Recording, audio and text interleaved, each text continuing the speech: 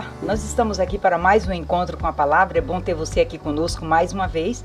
Hoje eu estou aqui acompanhada dos meus amigos Anderson, com quem já gravamos outros programas, e pela primeira vez com a minha amiga Rosângela. É um prazer ter você aqui. Obrigado. Para participar dessa equipe, Rosângela. Com certeza. E como é nosso costume orarmos antes de começar qualquer reunião na nossa igreja, eu vou pedir a Rosângela que comece com uma oração.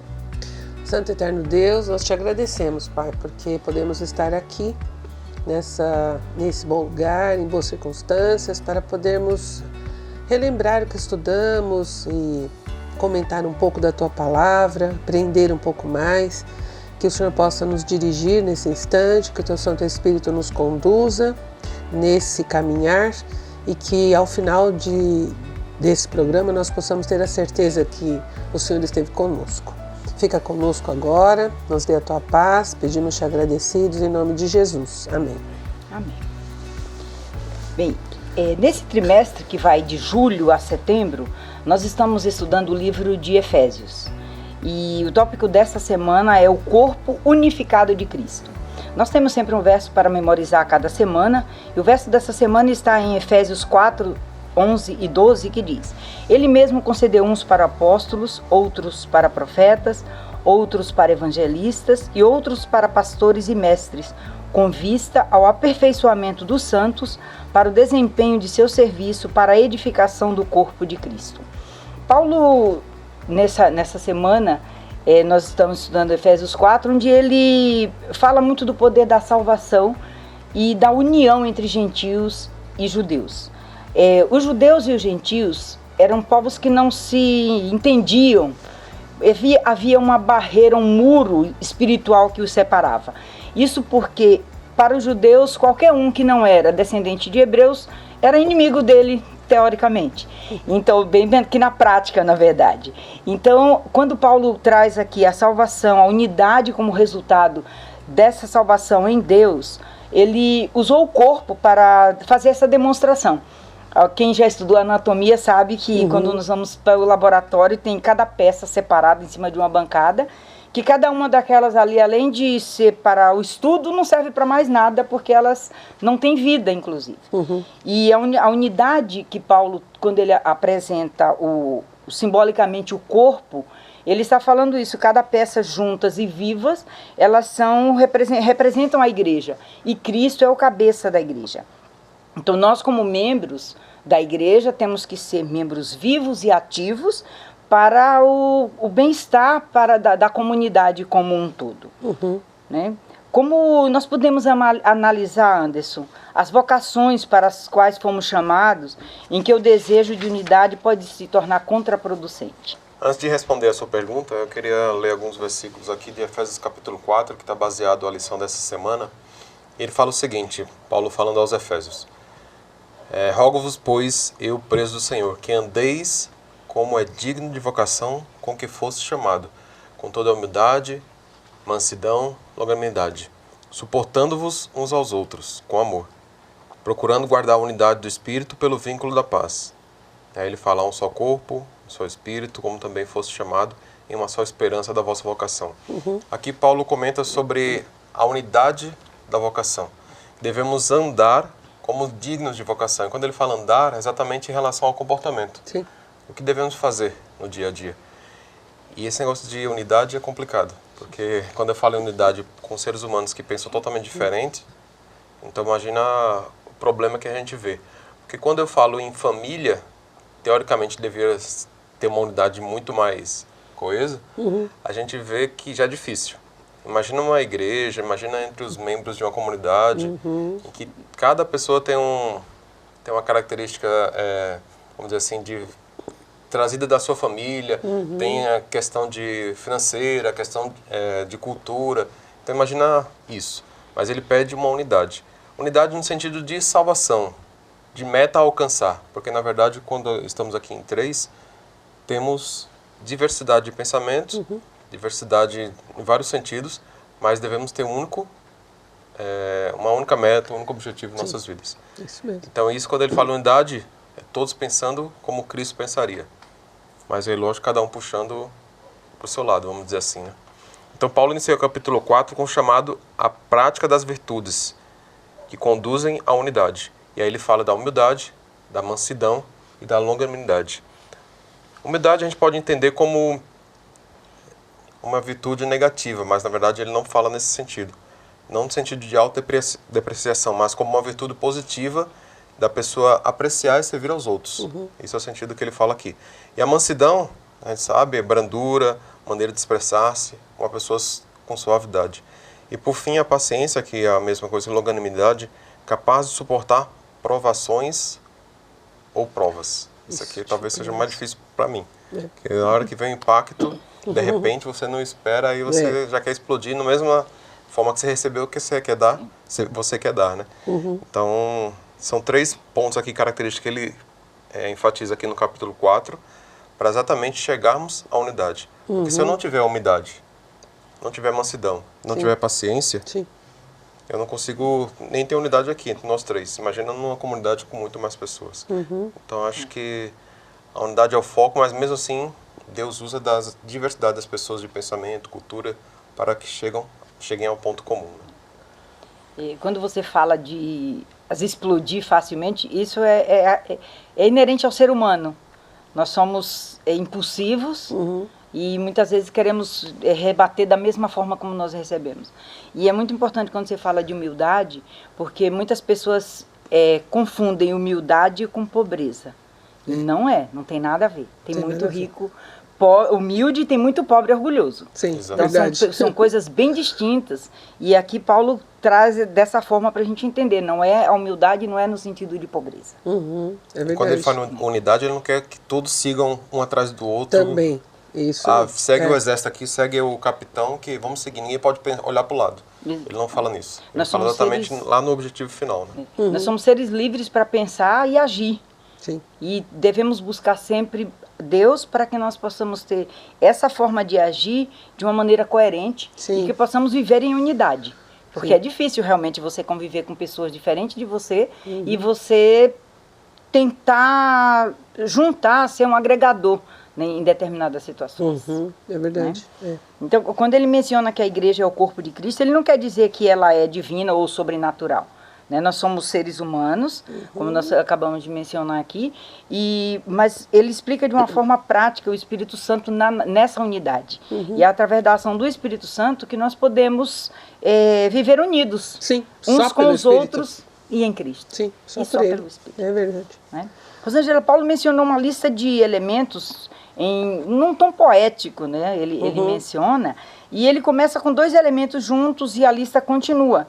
Então eu gostaria de que você mencionasse quais são as semelhanças e diferença entre essa lista dos dons espirituais.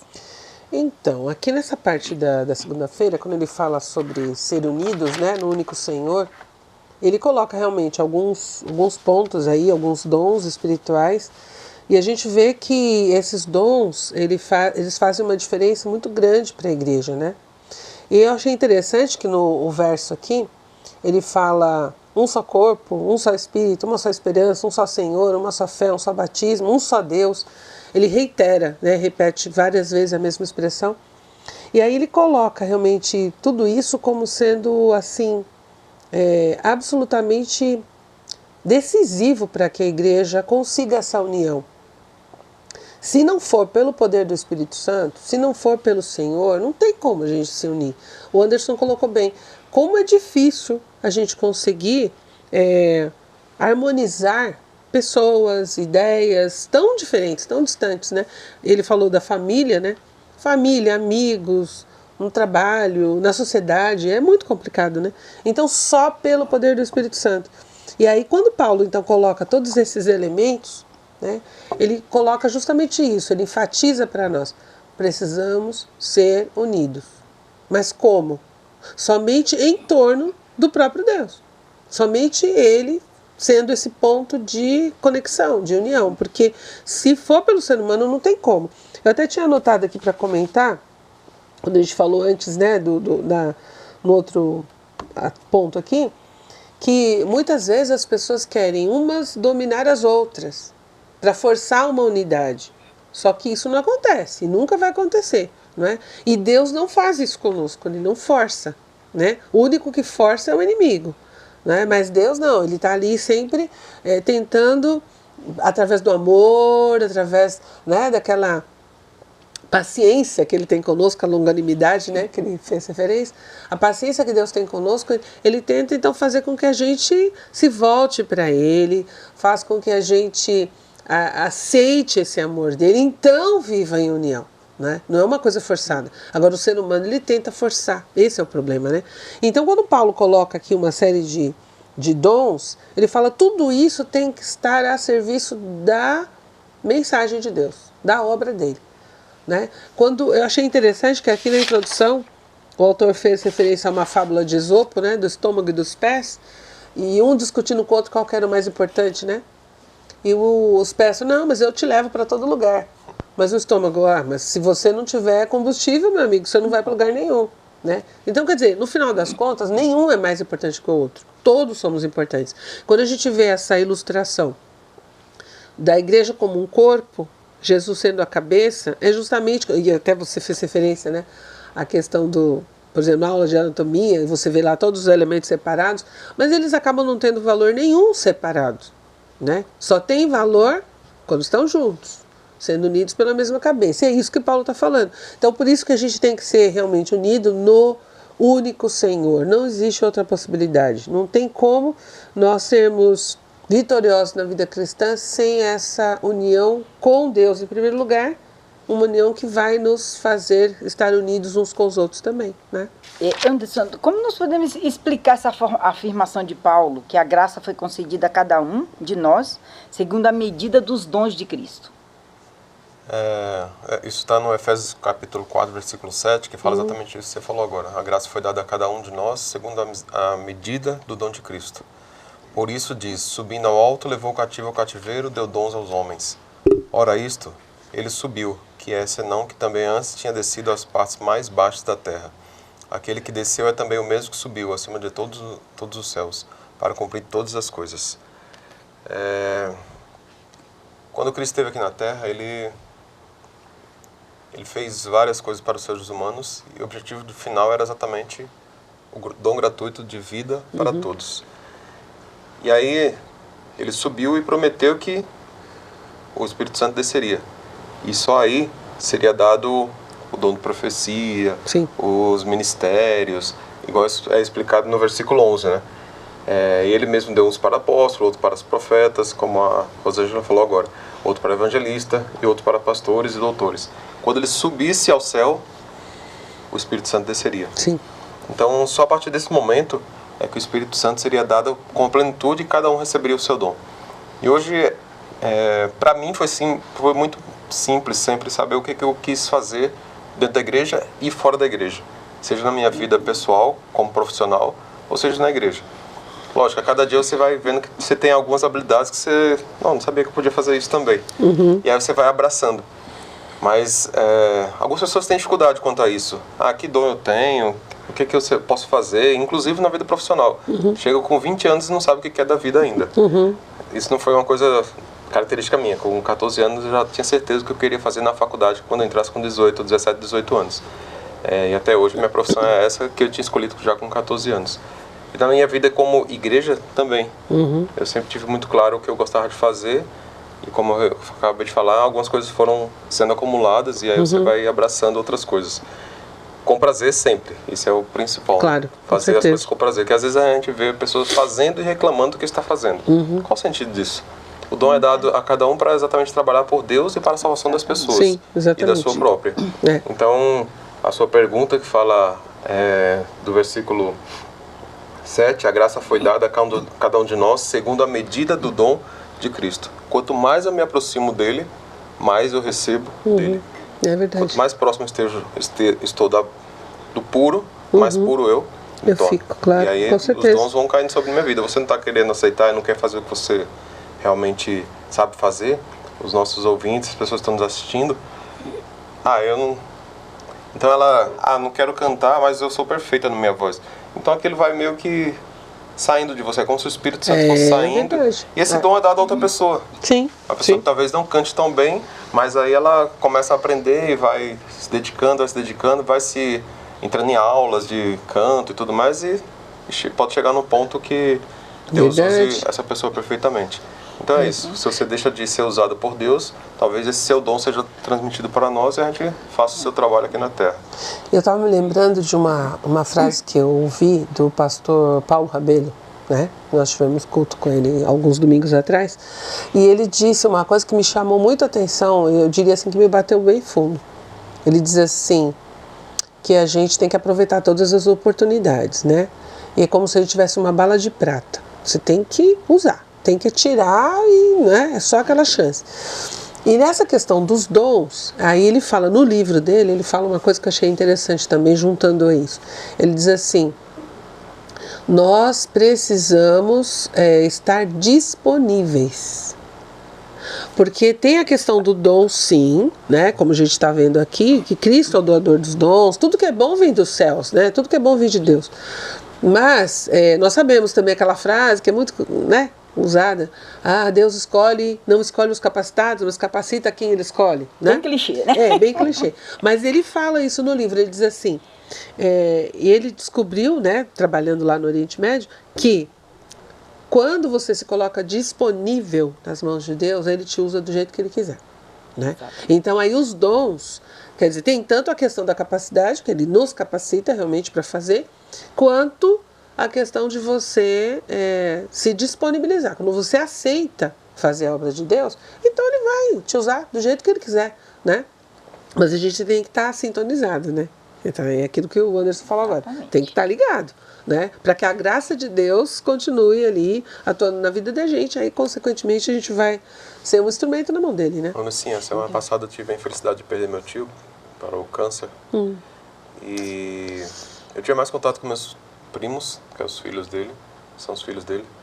E lá no velório, já cheguei no final da noite, só tava a gente, minha família e os primos e as famílias dos primos.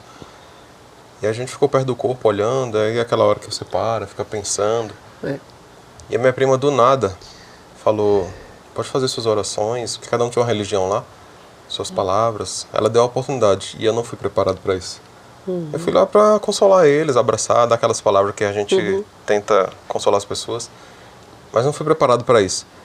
Aí no mesmo momento daquela... A responsabilidade. Eu devia ter vindo preparado para isso, porque meus primos não são da mesma crença que a minha, e eu podia aproveitar esse momento que todo mundo está reflexivo, para exatamente dar a mensagem que eu acredito. E eu não fui preparado, mesmo assim a oportunidade apareceu, de uma pessoa que não era da minha crença. A minha prima me deu a oportunidade.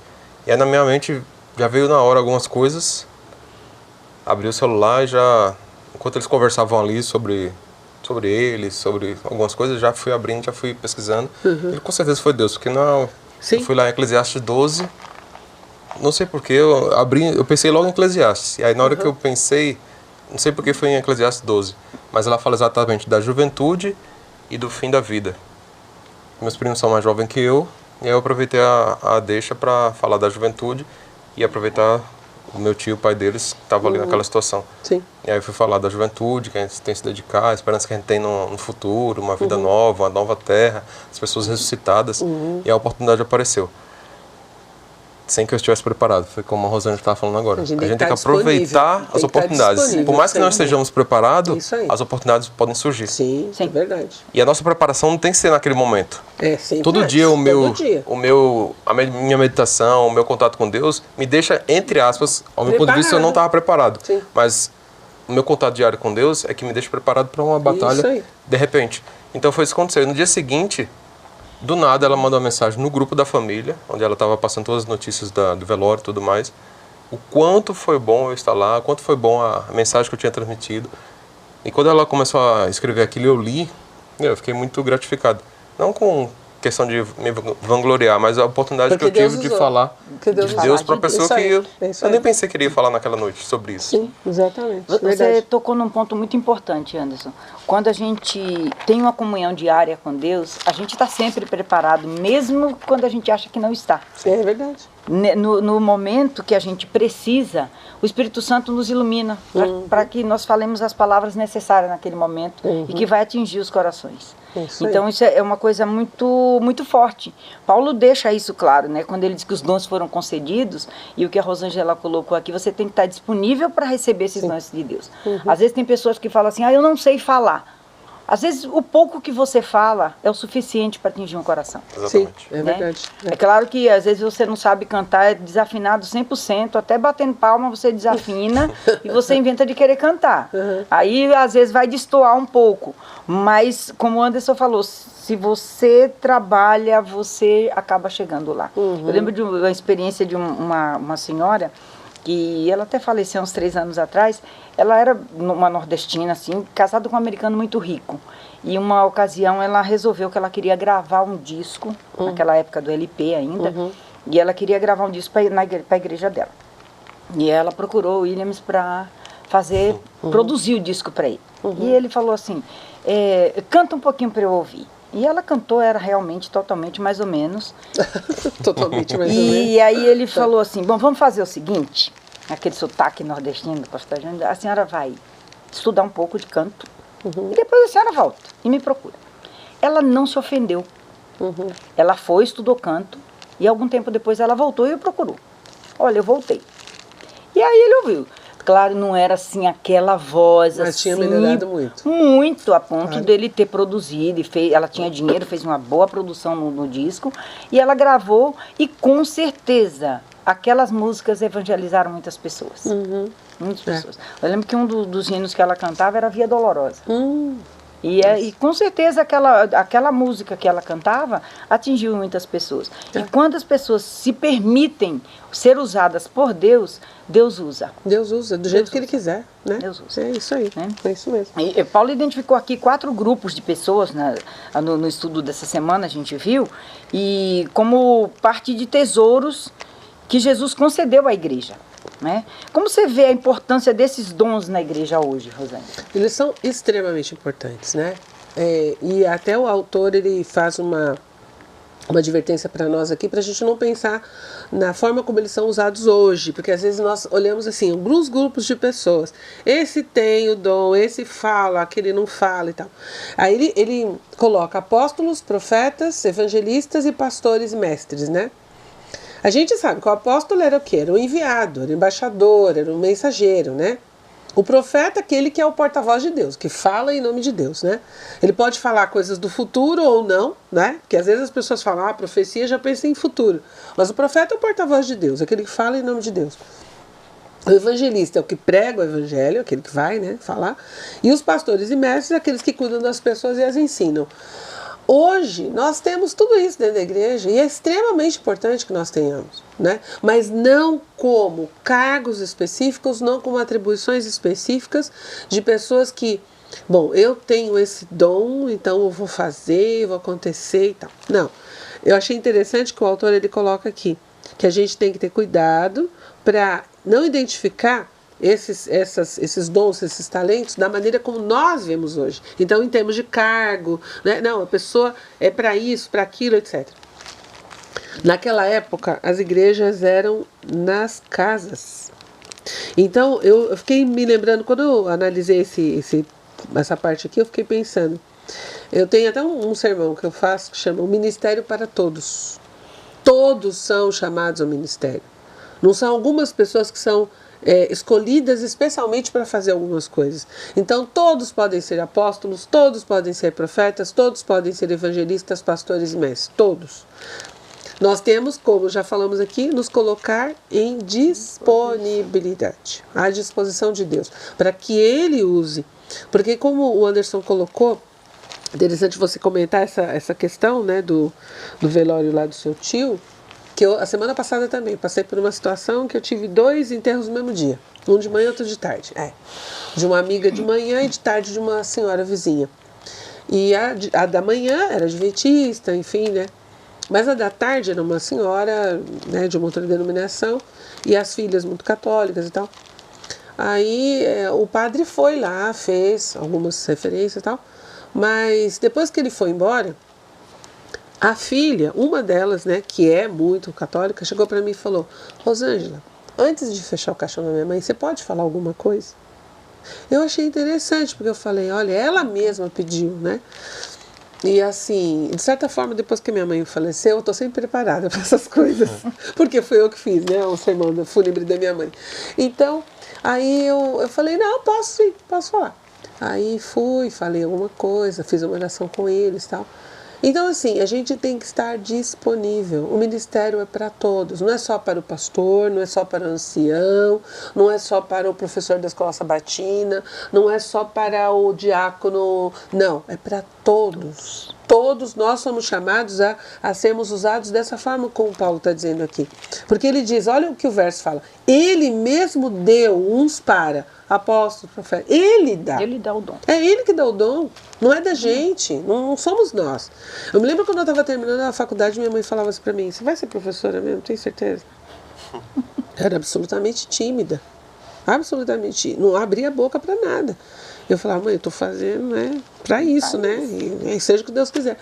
E Deus vai capacitando a gente, vai abrindo os caminhos, vai, sabe? Então é Ele quem dá, não sou eu que resolvo, não, eu quero este dom, o Senhor vai me dar esse aqui. Não, é Ele que dá. Sim. Agora, se eu vou desenvolver, como o Anderson já colocou, se eu vou desenvolver no meu relacionamento diário com Deus, é outra história. Outra situação. Né? Mas é Ele que dá. Então, Paulo chama atenção para isso e justamente ele mostra que hoje esses dons são absolutamente necessários na igreja. Nós precisamos de pessoas que sejam disponíveis e que possam estar preparadas para fazer o que forem chamadas, né? E é muito, você falou de doutrinas, é muito importante a gente ressaltar que hoje muitas ideias controversas, eu diria, muitas, têm chegado até nós. Naquele tempo já tinha as ideias enganadoras e muitas conversas que eram lançadas, sim, que eram contra os ensinamentos de Cristo. Né? E qual deve ser a nossa doutrina, como devemos cuidar da nossa doutrina hoje com relação a essas ideias, Anderson, e como nós devemos ficar atentos a isso? Esse negócio é muito complicado. Essa pergunta é forte. Que todas as igrejas, não só São Paulo, mas todos os estados, sempre surge aquelas conversas de que tá surgindo uma nova onda com ideias diferentes. Sempre tem esse negócio, vai e volta, vai e volta. É verdade. Isso em igrejas lá no interior, em igrejas aqui em cidades grandes. E Paulo, em Efésios 4:14, fala o seguinte, para que não sejamos mais meninos inconstantes, sim, levados em roda por todo o vento de doutrina, pelo engano de homens que com astúcia enganam fraudulosamente. Aqui ele toca em 3 pontos diferentes. Primeiro, crianças imaturas. Segundo, ondas, que aqui pelo contexto é como se fossem ondas vindas do alto mar.